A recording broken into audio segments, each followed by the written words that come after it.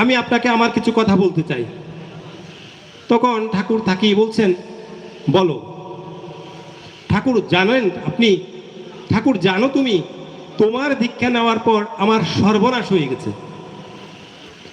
মারাও শুনবেন, আলোচনাটা খুব খুব বুঝবেন। তখন ঠাকুর হেসে বলছেন, বলো বলো তোমার কি কি সর্বনাশ হয়েছে, তুমি একটু বলো, আমি সেটা শুনতে চাই।